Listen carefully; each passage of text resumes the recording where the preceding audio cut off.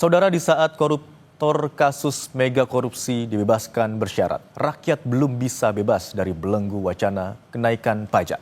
Polemik kenaikan pajak bumi bangunan atau PBB di kota Cirebon masih dikeluhkan warga. Mereka memohon kepada wali kota dan gubernur Jawa Barat memberikan kepastian hitungan pajak. Meski ada diskon tarif dan simulan, namun kenaikan dinilai masih sangat memberatkan. Tapi bukan punya Bapak ini. Yayat, warga RW 10 Kelurahan Pegambiran, Kecamatan Lemah Wungkuk, Kota Cirebon, Jawa Barat, mengeluhkan kenaikan PBB yang harus dibayarnya. Bagi tukang las ini, nilai pajak bumi dan bangunan yang ditetapkan pemerintah terhadap bangunan rumahnya sangat memberatkan. Upah Rp120.000 per hari untuk menafkahi istri dan 2 anaknya masih belum cukup untuk kebutuhan harian dan bulanan yang mendadak. Dia tak dapat menabung dan membayar PBB yang naik berkali lipat. Di tahun 2023, Yayat masih dapat membayar PBB sebesar hampir Rp390.000. Sementara di tahun 2024, jumlah yang harus dibayarnya mencapai Rp2,3 juta lebih. Dia memang mendapatkan potongan hampir Rp600.000, namun PBB hampir Rp1,8 juta tetap saja dirasa memberatkan. Dia pun memilih menunggak membayar PBB. Sebagai buruh harian lepas, tukang las dengan gaji Rp120.000, tahun kemarin PBB saya mencapai Rp2.377.000 dari tahun 2023, tahun sebelumnya yang hanya Rp389. Setelah ada stimulus, saya harus bayar Rp7.783. Ya, dengan kondisi sekarang sangat memberatkan sekali. Menyisihkan uang sedikit demi sedikit untuk bayar PBB, sedangkan gaji saya yang setiap minggu diambil untuk makan keluarga hari-hari, bayar anak sekolah, sangat memberatkan sekali, Pak. Kenaikan PBB akibat melesatnya nilai jual objek pajak NJOP dari Rp399.000 tahun 2023 menjadi Rp1,2 miliar tahun 2024. Yayat memohon kepada wali kota Cirebon dan gubernur Jawa Barat agar dapat memberikan kepastian hitungan pajak. Menurutnya, kondisi ini sangat memberatkan tak hanya bagi Yayat, melainkan banyak warga lainnya. Muhammad Syahri Romdon, Kompas TV, Cirebon, Jawa Barat. Dan saudara, untuk membahas kenaikan pajak yang dikeluhkan di sejumlah daerah, kita langsung terhubung dengan analis kebijakan publik Universitas Trisakti, Trubus Rahadiansyah. Selamat siang Pak Trubus. Selamat siang Mas Imron. Pak Trubus, ini kita ketahui bersama setelah adanya perlawanan atau aksi unjuk rasa menentang kenaikan pajak bumi dan bangunan perdesaan dan perkotaan di Pati 250%, juga muncul kebijakan untuk kenaikan tarif pajak di sejumlah daerah. Lalu menurut Anda, sebenarnya faktor apa saja yang menyebabkan pemerintah daerah mengeluarkan kebijakan untuk menaikkan tarif pajak di sejumlah daerah? Iya, faktornya adalah karena pemerintah melakukan efisiensi berdasarkan Inpres nomor 1. Itu kemudian muncul lagi di dalam PMK nomor 56.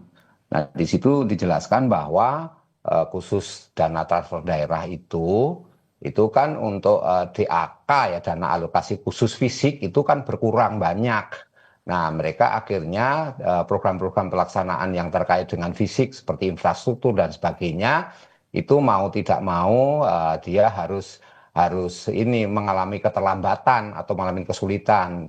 Yang kedua juga misalnya ada larangan di situ untuk menyelenggarakan kegiatan-kegiatan pemerintah yang kaitan dengan jasa, misalnya hotel nggak boleh menyelenggarakan rapat-rapat diselenggarakan di hotel, restoran. Nah, ini menyebabkan kemudian daerah-daerah ini yang selama ini dapat masukan dari hotel maupun restoran, ya otomatis dia berkurang banyak. Nah, disitulah kemudian kepala daerah kemudian memikirkan mencari cara yang paling cepat untuk menutup anggaran-anggaran istilahnya APBD lah gitu ya, APBD-nya dengan menaikkan NJOP atau menaikkan pajak sesuai dengan kewenangannya, karena memang kenaikan pajak itu menjadi kewenangan pemerintah daerah sesuai Undang-Undang Nomor 23 itu, pemerintahan daerah. Nah, di situ masih menjadi dasar sehingga mereka melakukan itu. Ya, saya melihat yang kedua memang persoalannya kemudian banyak daerah itu tidak bisa menerapkan yang namanya entrepreneurial government. Jadi harusnya kepala daerah itu inovasi, kreativitas, mencari sumber-sumber lain. Jadi tidak hanya mengandalkan pada yang instan-instan seperti pajak retribusi. Nah, pajak retribusi ini harusnya kan memang kewenangan daerah, tapi di situ juga melalui perda, artinya melalui DPRD lah, diskusi dengan DPRD. Tidak sepenuhnya menyerahkan gubernur seperti yang terjadi di Pati itu atau daerah lain. Nah inilah yang bupati lah, hanya kewenangan bupati, keluarnya perbu aja. Nah ini menurut saya memang harus ada semacam pembinaan juga dari Kemendagri, karena sesungguhnya kan itu ada di atas bupati, misalkan ada gubernur itu WPP, wakil pemerintah pusat di daerah, itu juga harus memantau, jangan kemudian seperti membiarkan dan akhirnya di Kemendagri sendiri ada Dirjen Bina Keuangan Daerah, itu juga harusnya ikut juga diajak konsultasi sebelum ada semacam kenaikan yang disepakati bersama. Jadi hal-hal seperti itu sepertinya daerah tidak melakukan. Yang terjadi kemudian adalah mereka karena tidak ada uang, uangnya minim dari transfer dan TKD khususnya adalah untuk yang DAK ya, dana alokasi khusus itu, kemudian mereka menaikkan pajak sebagai satu-satunya cara yang dianggap paling ampuh, paling cepat gitu loh Mas. Baik, berarti bisa kami tarik kesimpulan bahwa kebijakan untuk menaikkan tarif pajak di sejumlah daerah ini dampaknya begitu besar ya Pak untuk pendapatan sebuah daerah?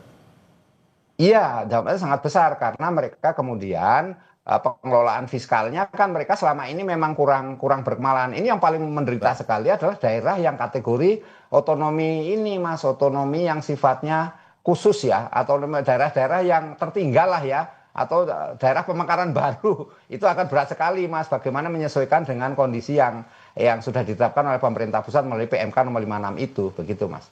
Tadi ada katakan sebaiknya kepala daerah atau pemerintah daerah itu melakukan inovasi atau kreatif dalam tanda kutip begitu ya Pak ya untuk mendapatkan anggaran-anggaran lain.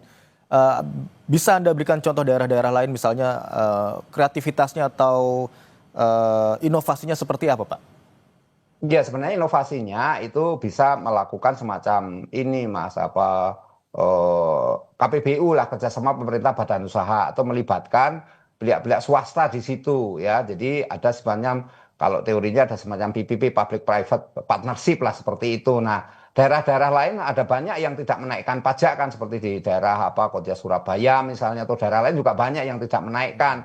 Nah, itu berarti kan daerahnya memang mampu melakukan satu penggalian sumber-sumber pendanaan lain. Jadi tidak hanya soal pajak seperti itu Mas, menaikkan pajak. Nah, karena itu memang yang namanya entrepreneur government ini sekarang mau tidak mau harus menjadi satu strategi untuk bagaimana kepala daerah dan elit-elit di daerah untuk tidak semata-mata hanya mengandalkan pada pemasukan pajak, tapi juga sumber-sumbernya memungkinkan sesuai dengan potensi daerah masing-masing. Kalau daerahnya memang unggul dalam hal soal pertanian, ya bagaimana kemudian mengenjot pertanian itu untuk menaikkan pendapatannya, kemudian juga untuk perkebunan misalnya, atau daerah maritim, daerah nelayan misalnya seperti itu. Jadi daerah itu punya potensi-potensi yang sesungguhnya termasuk tambang dan sebagainya Mas, itu yang harus dilakukan. Tetapi semuanya kepala daerah, karena memang sesuai undang-undang pemerintah daerah ada kewenangan kepala daerah. Seperti itu Mas. Baik, berarti kembali lagi bagaimana kreativitas dan juga inovasi dari pemerintah daerah untuk menggenjot potensi daerahnya masing-masing begitu Pak ya. Pak Trubus, yang juga kami ingin ketahui bagaimana analisis Anda soal kenaikan pajak di sejumlah daerah. Apakah ini merupakan dampak dari kebijakan pemerintah pusat yang menghapus dana transfer daerah?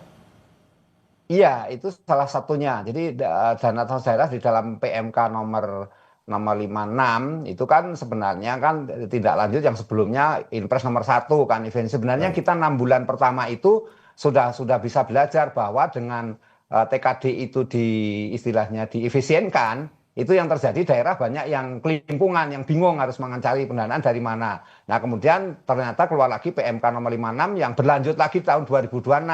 Nah ini menyebabkan daerah-daerah juga sungguh kebingungan karena apa? Karena efisiensi terhadap dana alokasi khusus ya, khusus fisik juga itu menyebabkan mereka daerah dihadapkan oleh kesulitan bagaimana kemudian untuk pembangunan yang sudah diprogramkan, dan di situ juga semua efisiensi itu akhirnya ditahan oleh pemerintah pusat Mas. Jadi segala sesuatunya pemerintah pusat yang menentukan. Nah ini yang menyebabkan juga daerah mau tidak mau harus secara ya memaksa lah kondisinya itu harus melakukan mencari sumber-sumber dengan cara menaikkan pajak itu.